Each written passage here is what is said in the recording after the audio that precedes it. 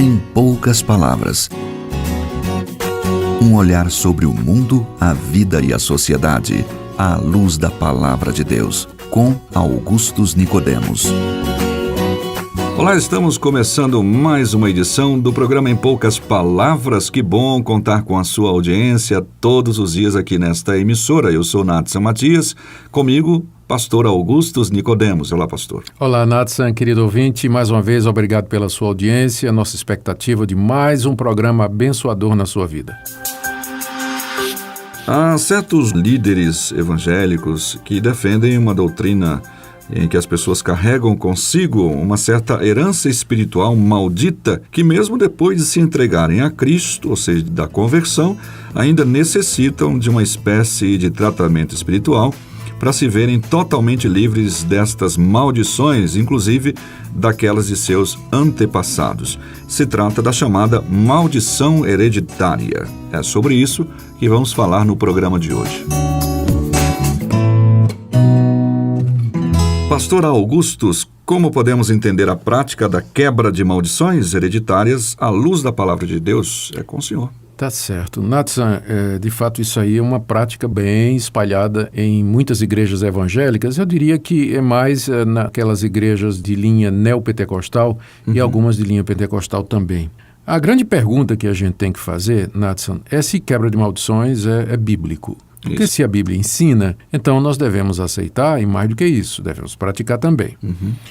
O movimento de batalha espiritual, que é um movimento muito antigo no Brasil, vai fazer uns 30 anos aí, ele ensina a necessidade de se quebrar maldições hereditárias e de se anular compromissos que ficaram pendentes com o diabo, mesmo após a pessoa ter sido convertida a Cristo.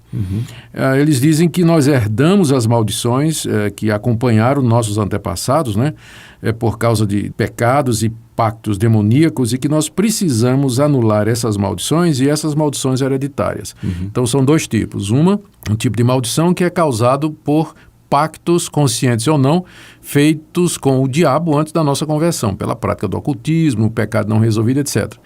E outro tipo de maldição é a maldição hereditária, que a gente herdou dos pais, porque os nossos pais é que fizeram pactos com as forças ocultas e cometeram pecados que não foram resolvidos. Bom, um dos textos que eles usam para defender esse ponto de vista é o livro de Êxodo, capítulo 20, verso 5, é o segundo mandamento, onde Deus diz que ele visita a maldade dos pais nos filhos até a terceira e quarta geração dos que o aborrecem.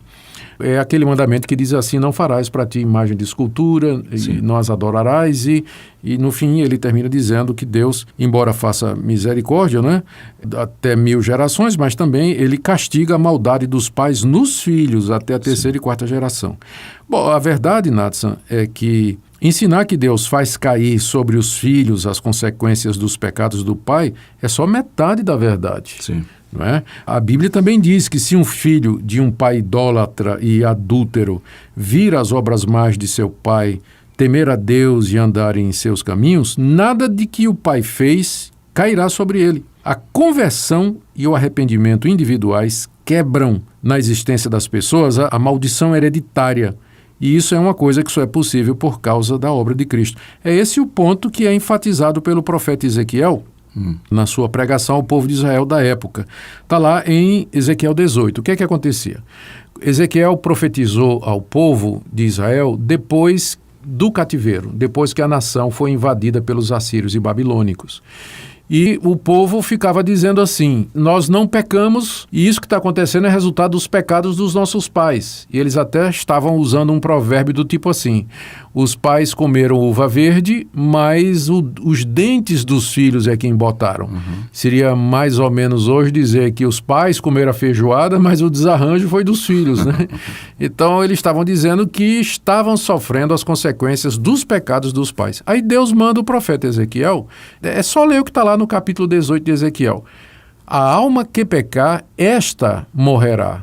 O filho não vai levar o pecado do pai e também não vai ser abençoado, porque tinha ou a bênção sobre o pai não virá sobre o filho, a não ser que o filho ande nos caminhos do pai, valendo nos dois sentidos. A ideia que Ezequiel está dizendo é o seguinte: se tiver um pai ímpio idólatra, adúltero, enganador, ladrão, e ele gerar um filho que veja tudo isso e esse filho diga: eu não vou viver como meu pai viveu, eu não vou fazer os erros que meu pai cometeu. E esse filho se arrepender dos seus próprios pecados e seguir no caminho do Evangelho, nada do que o pai fez vai cair sobre ele. Porque é uma escolha dele, pessoal. Uma escolha dele, pessoal. Então o oposto também é verdade. Se um homem temente a Deus, que anda nos caminhos de Deus, faz a vontade de Deus, tiver um filho que é ladrão, é desonesto, é adúltero, é mentiroso, nada das bênçãos do pai virão sobre aquela pessoa, a não ser que ela se converta e ela se arrependa. Em outras palavras, a conversão a Jesus Cristo, ela por si só, ela já anula tudo o que havia sido feito antes de errado. Aqui o profeta Ezequiel, através dele, Deus repreende o povo, né, naquela época, e afirma que a responsabilidade é pessoal e individual, né? E aqui eu estou pensando naquele texto de Ezequiel 18:4, que diz assim: a pessoa que pecar, ela que morrerá.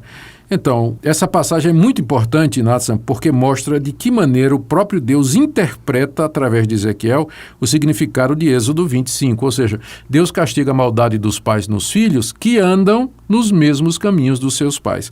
Agora, se arrepender e mudar de vida, então é outro assunto. Aplicando para os nossos dias, fica evidente que o crente verdadeiro, que nasceu de novo, ele já rompeu com o seu passado e com as implicações espirituais dos pecados dos seus antepassados, quando ele, arrependido, veio a Cristo em fé. Aí foi perdoado não somente a culpa dos seus pecados anteriores e desfeita toda a maldição, mas qualquer, eu vou chamar de consequência dos pecados dos pais, também foram anulados de sobre ele. E tem outra passagem aqui, Nathan, que eu queria lembrar, na verdade são mais duas, do apóstolo Paulo. Ele esclarece que o escrito de dívida que nos era contrário, a maldição da lei, foi tornado sem qualquer efeito sobre nós. Está lá em Colossenses 2, versos 13 a 15. Deixa eu ler aqui, olha. E a vós outros que estáveis mortos pelas vossas transgressões e pela incircuncisão da vossa carne, vos deu vida juntamente com ele, perdoando todos os nossos delitos, tendo cancelado o escrito de dívida que era contra nós, e que constava de ordenanças, o qual nos era prejudicial, removeu inteiramente, encravando na cruz. Ou seja, Paulo está dizendo que na cruz do Calvário, Jesus Cristo encravou juntamente com ele e cancelou o escrito de dívida que nos era contrário. Que escrito de dívida que nos era contrário era esse? É exatamente as acusações da lei de Deus contra nós. É aquilo que nos constitui como pecadores, que regulamenta o nosso pecado e nos declara culpados e dignos da ira de Deus. Então, Cristo toma aquela acusação e ela é pregada juntamente com os cravos nas suas mãos e nos seus pés naquela cruz. E de lá não pode sair para me acusar nem me condenar. Poder do que isso. Não tem poder maior do que isso. Por isso, é na cruz de Cristo e na minha conversão, quando eu creio na cruz de Cristo como o caminho de Deus para a redenção, que toda maldição é anulada e removida. Cristo pagou de forma suficiente e capaz nossa culpa diante de Deus. Ora, se a obra de Cristo no Calvário, Nathan, em nosso favor, foi poderosa o suficiente para remover de sobre nós a maldição da santa lei de Deus, quanto mais qualquer coisa que poderia ser usada pelo diabo para reivindicar direitos sobre nós, inclusive pactos, né, feitos com essas entidades malignas, ou por nós ou por nossos pais, na nossa ignorância. Ou seja, basta um estudo simples nas Escrituras, da linguagem usada para descrever nossa redenção, para que não fique qualquer dúvida de que o crente, à semelhança de um escravo que foi exposto à venda na praça, que era um costume na época dos escritores bíblicos do Novo Testamento, até que eles usam isso várias vezes. Então, aquela compra de escravos na praça, o que é que acontecia? Quando ele era comprado, ele passava a pertencer totalmente ao seu novo senhor, né? E o antigo patrão não tinha mais qualquer direito, né, sobre ele. Era assim a legislação romana na época. Assim também Paulo diz que nós fomos comprados por um preço, 1 Coríntios 6:20.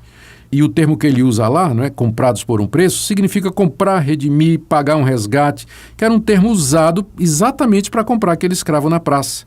Pagar seu resgate e às vezes até libertá-lo.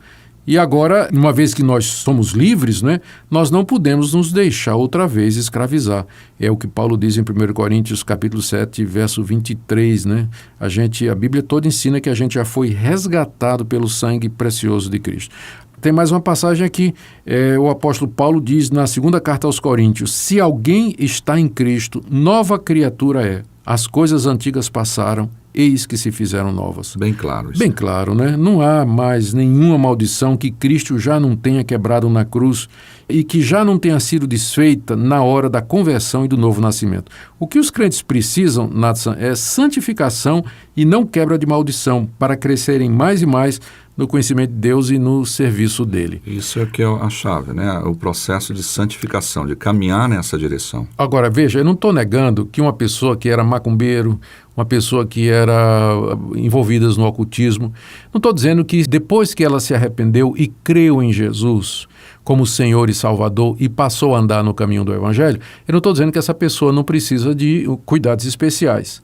Mas dizer que ela precisa ter uma cerimônia de quebra de maldição para anular todos os compromissos que ela fez, todos os pactos e tratos que ela fez com Satanás na época que ela vivia na prática do ocultismo, eu não tenho base nenhuma para dizer isso na palavra de Deus. Deixa eu só te dar um exemplo. Livro de Atos. Você encontra o apóstolo Paulo enfrentando pessoas que vieram do ocultismo. Você encontra o apóstolo Pedro enfrentando Simão Mago, quando vai pregar o evangelho em Samaria. E quando Pedro lida com Simão Mago, e Simão Mago diz que quer pagar para ter o poder de conceder o Espírito Santo, Pedro diz que ele precisa se arrepender porque a alma dele não é reta diante de Deus. Em nenhum momento Pedro chegou para aquele bruxo e disse assim: você precisa quebrar as maldições porque você está preso ainda ao seu passado, você está ligado ainda a Satanás, que ainda tem legalidade sobre você porque você está assim. Pedro não fez nada disso, ele só disse: se arrependa e creia. Converta-se, né? Converta-se. Mesma coisa, quando Paulo chega na ilha de Pafos, se não estou enganado, ele encontra aquele falso profeta Bar Jesus ao lado do procônsul Sérgio Paulo. Exato. O bruxo era o conselheiro do procônsul Sérgio Paulo, então o Sérgio Paulo vivia na prática do ocultismo, tinha um bruxo ao lado dele. Quando ele crê na mensagem do evangelho, Paulo não diz para ele: você tem agora que fazer uma cerimônia de quebra de maldição. Não, Paulo batiza e vai embora. Na cidade de Éfeso, pela pregação de Paulo, centenas se converteram, queimaram os livros de bruxaria em praça pública. Não teve quebra de maldição, não teve, foi nada. Não é, foi só uma demonstração. Conversão e a demonstração pública dessa conversão. Então, de fato, eu não vejo base bíblica para isso, não. Eu acho que diminui a obra de Cristo, sabe, Nathan? Quando a gente quer introduzir coisas que não tem mais nada a ver com a palavra de Deus, a gente acaba diminuindo a obra de Cristo. A redenção de Cristo é completa, perfeita, suficiente. Se você crê em Cristo, é nova criatura, as coisas velhas passaram, eis que tudo se fez novo. Então, está aí. Foi bem dito para você nesse momento. Eu acredito que ficou claro. Nós ficaremos por aqui neste programa de hoje, agradecendo a sua audiência. Muito obrigado, querido ouvinte. E lembra da passagem de Paulo que eu li para vocês. Se alguém está em Cristo, é nova criatura. As coisas velhas passaram, eis que tudo se fez novo. Vinde a mim, todos vós, e eu vos darei descanso desse fardo tão pesado. Levem meu jugo, deixe que eu vos ensine. Sereis mansos e humildes, nisso está a vossa paz. Em vos arrependerdes e em sossegardes está a vossa salvação. E na tranquilidade e na confiança está a vossa força. Se quiserdes, se soubesses.